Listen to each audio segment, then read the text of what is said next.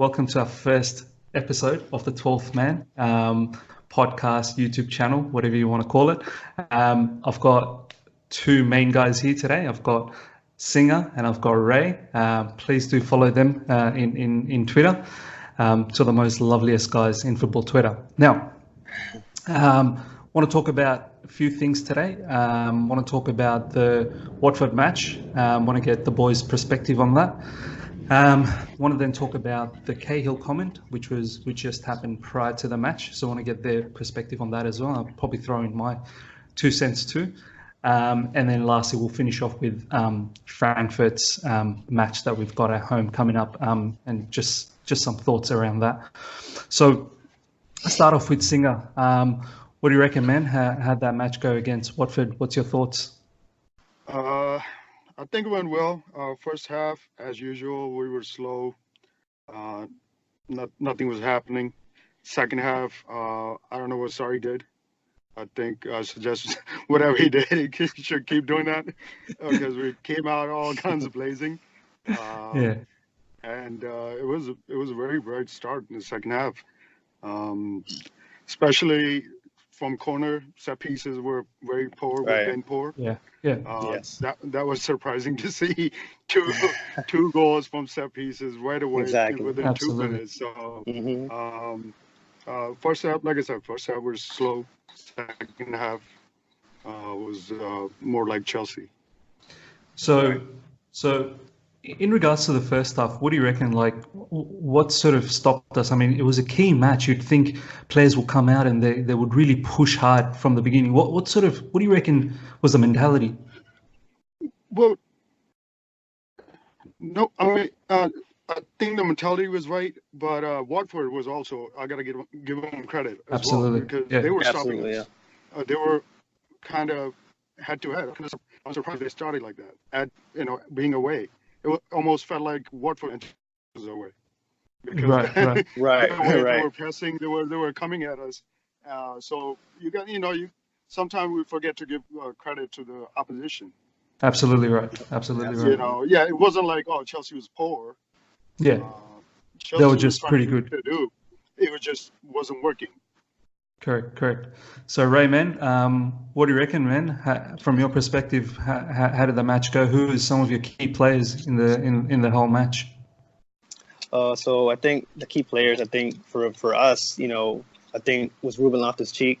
I think, in that second half, he performed better. But I think overall, Ruben Loftus-Cheek proved his quality in that game. Absolutely. What do you reckon about Eden Hazard? How did he go in the second half? It looked like he took control of that match. Yeah, I think he wanted to send the fans in the right direction. A good send off for the Premier League. This could be his last game in the Premier League, so I think he wanted to at Stamford Bridge, that is. So he really wanted to send a good message to the fans and dedicate this match. He wanted to he put his try-hard cap on, I guess, in a sense, and, try to take the game in his hands. Absolutely. Yeah. Absolutely. Singha, what do you reckon? Do you reckon the score sort of flattered us a little bit, the 3-0? Do you reckon, I've seen a lot of comments on football Twitter where, as you know, all these Sarri out people out there constantly saying, don't get too flattered. We didn't, it wasn't really a 3-0 for us. They should have scored as well. What do you reckon from your perspective? No, the same goes for us. We could have scored another 1 or 2. Absolutely. So it kind of goes both ways, So yeah, like I've been saying on Twitter, Chelsea have created a lot of chances. I think we're probably top 5 when it comes to creating chances in Europe. Right. But like I said, we don't have those players who can finish, who can, clinical wingers or strikers. We've been having trouble with look at Higuain, Morata. Yeah. So if That's true. I bet if there's something like Arsenal strikers, we would be clearly 12 points off of Tottenham right now. Absolutely. Well said. If somebody like Aguero, Right. We'd clean up. We'd be winning the league. We won the league. I'm just saying, people talk about Sarri. He's this and that, but the guy is not going to go on the pitch and start scoring himself. His Exactly. job is to have the team create chances, and Yeah. which we definitely are creating chances. We just can't finish. Absolutely So right. give him a guys, give him a striker, give him a couple wingers next season. Let's see where we go from there. Perfect. Perfect. I mean, Ray, 20 point gap still big to close up on, man. I feel like the new bar is set now to win the league. You got to win the absolutely. league by 90 plus points, 95 point, So it's a tough task, but we can get closer, I think, I reckon. I mean, as long as we can start closing the gap. depending on ban and everything, how that thing goes. Exactly right. Ray, what do you reckon?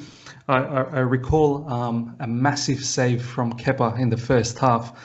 Ooh. What do you reckon would have happened if that had gone in?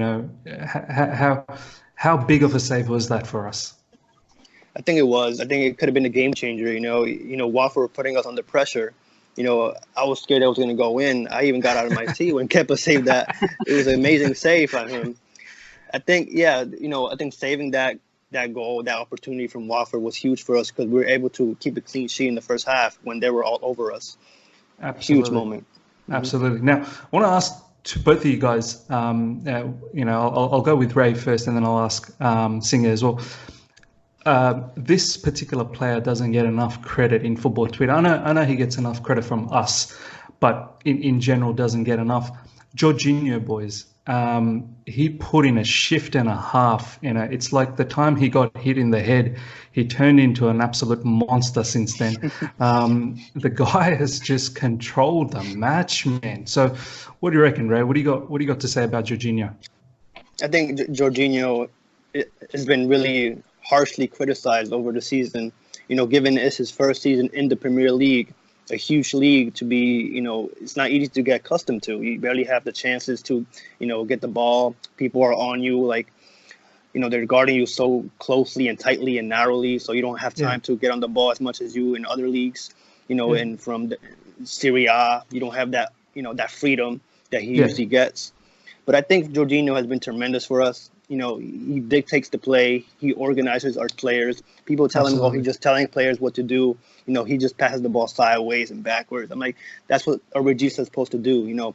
Control the match, control the tempo. Move things around. Exactly. And I guess the most famous quotes, I see it on Twitter. I don't want to say his name, but I guess the hockey pass is what Jorginho's good at.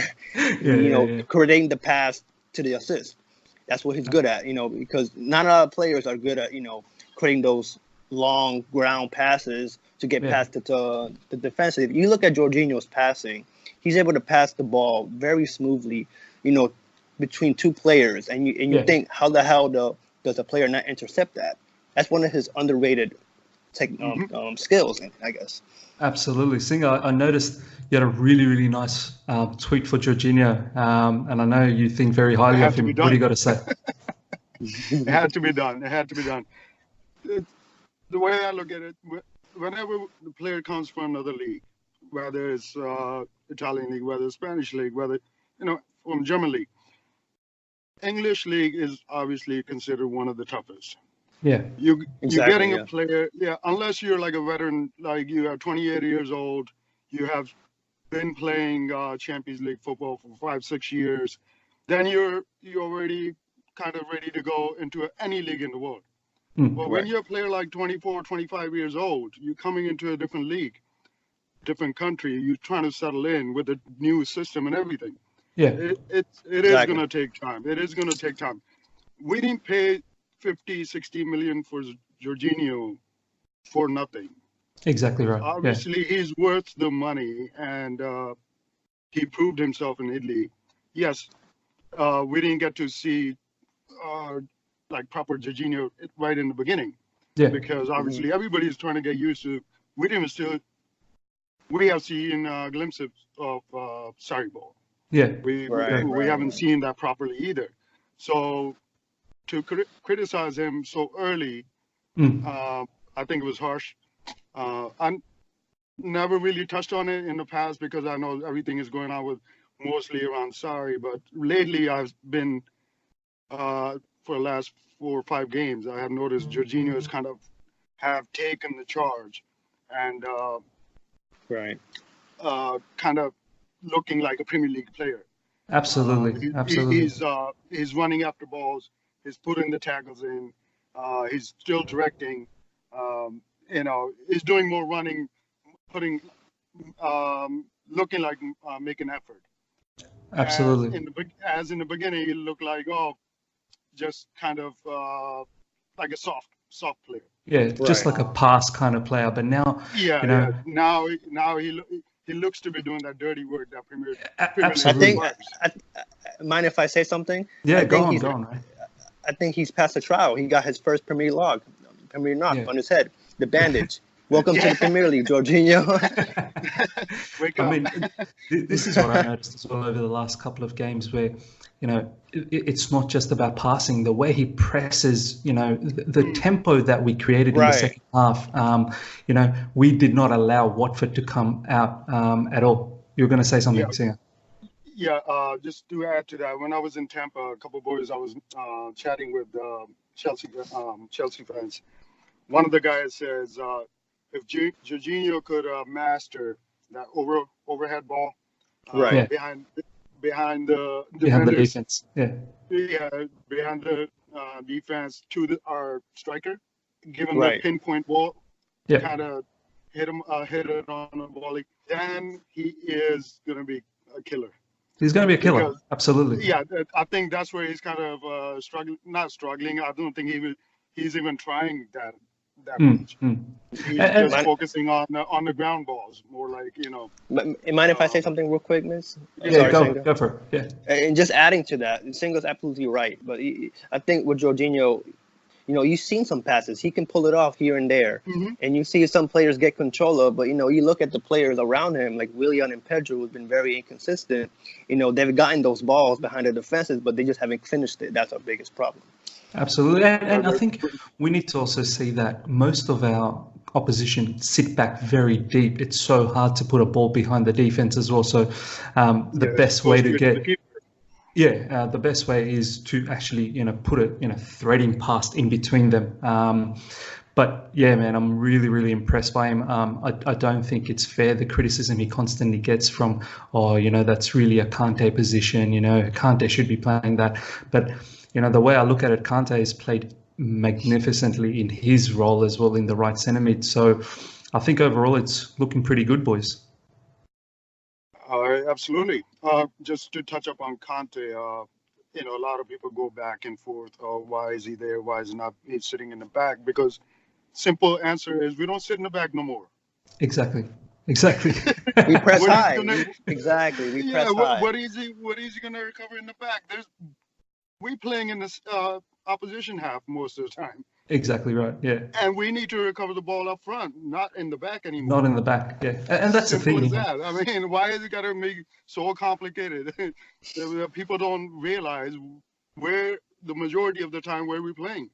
Exactly. We're playing in the opposition's half, so he needs to recover the ball over there, not in our own half. We don't even have the ball in our half anymore. This is a new Chelsea, you know what I mean? And this is the thing. I think a lot of the football fans don't realize our style yet. All right, boys. Well, that's fantastic. We've sort of covered the Watford game. I mean, it's been well documented anyway in football Twitter. I'm just glad that we've made it to Champions League so easily that we didn't even have to worry about the Leicester game. So I was walking around with a big smile on my face all day long. My wife was looking at me. She was like, "What is wrong with you?" I was like, "You don't know. You don't know." Cool. Well, let's move on to the next topic. I want to touch this with Ray first. You got it. Cahill comment just before the match, man. Talking about how he's frustrated and, doesn't have much respect for Sarri. Two things I want to know from you. One, the timing, and two, even the journalists that... City! Oh, yeah, City scored. Yes, City just scored. Yes, don't want Liverpool to win this league, man.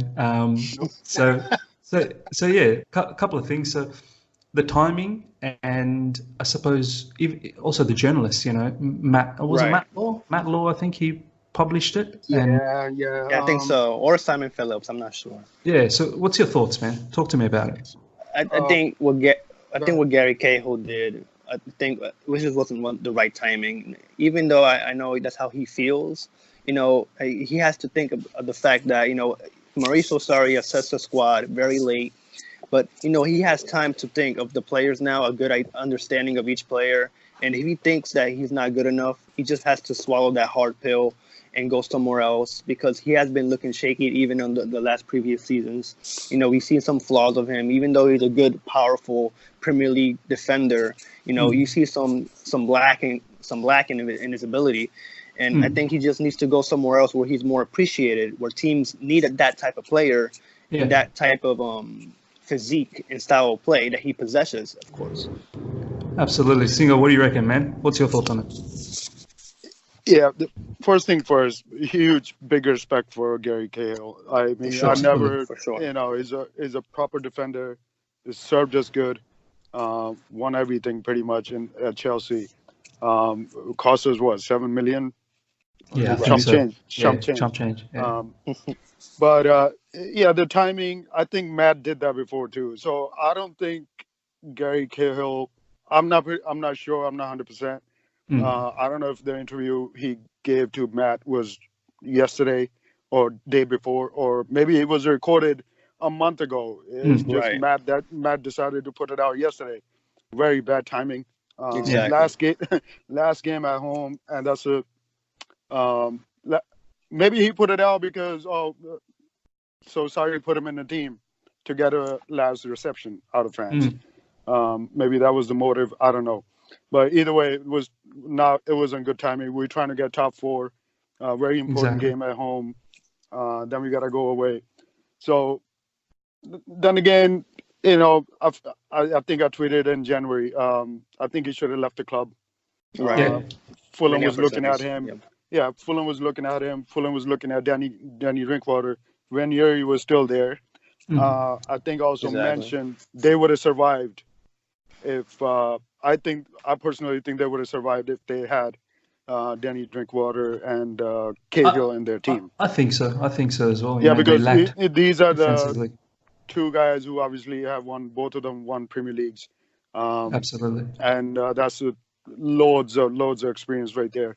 I think that's where they were kind of lacking in a Fulham team. So they should have gone. He would have stayed in London. Only a couple blocks away. Yeah. I think the issue there was. I think Fulham couldn't match the salary. It was a salary thing. Yeah. But sometimes when you want to play towards the end of your career, what do you really, you're gonna cry about a few $1,000 here and there. Right. I mean, you're still making millions a year. Exactly. I mean, you're gonna be out of Chelsea, in somewhere anyway. So it was only 6 months we were talking about here. Absolutely right. I think Matt Law, you're right, Singha. I don't think that particular interview happened yesterday. I think it happened a while back. Right. And this is what I want to sort of question Matt Law. What was his intention? I mean, if his intention was that he wanted Cahill to play that match, I mean, sometimes the team is bigger. Yeah, my tweet was a reply to Matt. It wasn't directed towards Cahill. It was straight. I commented, I retweeted with the comment to Matt. It was a bad timing on his part. Right. He could have waited 2 more days. Absolutely. You know what I mean? He could have released it today. He could have waited 24 hours, literally. That's it. The Champions League.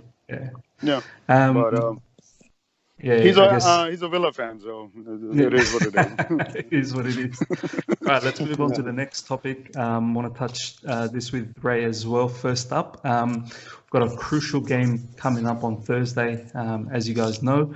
It's the return leg at home against Frankfurt. What's your thoughts, Ray, in terms of the lineup that we're going to have, and what do you reckon? We've got this in the bag or what? I think for the Frankfurt game on Thursday, we just have to put a good lineup. I think rotate a little bit, maybe 2 or 3 players, or maybe just 2, because this Frankfurt game is very important. We obviously want to end up with a trophy. Yeah. And touching out how should we approach this game? We should approach it how we did in the second half. I think that second half, we put them on the back foot. We put the pressure on. I think our passes were sharper, just like in yesterday's game. We looked sharper in the second half. We got to bring that same mentality towards Thursday. Passes. If Giroud's playing, my guess is he is, because he's like the Europa League top scorers or one of them. Europa League, Cristiano Ronaldo. Ronaldo, exactly. So I guess, it's pretty much it. Giroud, I think, has to be key, hold the play. He was a little bit shaky in that last week, not holding the ball well. I think that's credit to Frankfurt. I think they did a good job on Giroud, making it very physical for us. But I think they're going to come out very physical. I think they're going to keep the same game plan. We got to be careful. If Eden Hazard is starting, they're going to target him right away. Yeah, we have to be careful with him. They were getting pretty reckless at the end of that match. I was starting to get worried if one of us were going to get injured or what. But, we just got to keep that same mentality. Absolutely. Singha, what do you reckon, man? We've got a few injuries, with Kante gone as well. We've got a few other injuries. I think Rudiger is obviously gone for the season. So how would you approach this match? Hudson-Odoi is also gone. Right. I think we obviously with Pedro is going to be rested. Giroud is going to be up front. Hazard is going to play again. Loftus-Cheek is obviously is more than capable of taking over Kante. He looked awesome yesterday when he came on. I mean, Absolutely. He looked awesome anyways whenever he plays now. So, he's like one of those guys, like a bulldozer. Takes the ball, he goes through 2-3 players, no problem. He's like just relaxing. It looks so cool doing it too. Because it looks so smooth. Like he looks like a taller Eden Hazard. It does. It's just one of those players. I mean, it's very gifted. Right. I'm not worried. I'm never worried with Chelsea, right? Right. But no worries. Because the reason I say this, I'm not worried because Chelsea, they had about 10-15 minutes when they looked good and they scored. Yeah. That's it.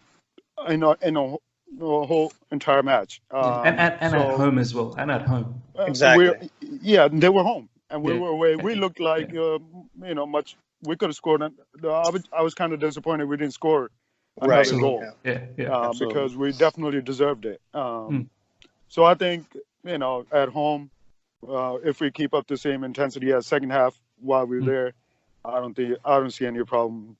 We probably get a good result. I'm probably gonna go for 3-1. Brilliant. All right, boys. Well, I think we're gonna probably, keep a clean sheet. 2-0, 2-0.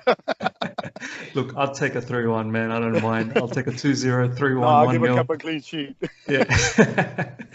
Well, boys, fantastic talking to you too. We've got another episode coming up during the weekend, so hopefully stay tuned for that. I would like both of you guys to come in as well on that, and obviously we've got football TJ.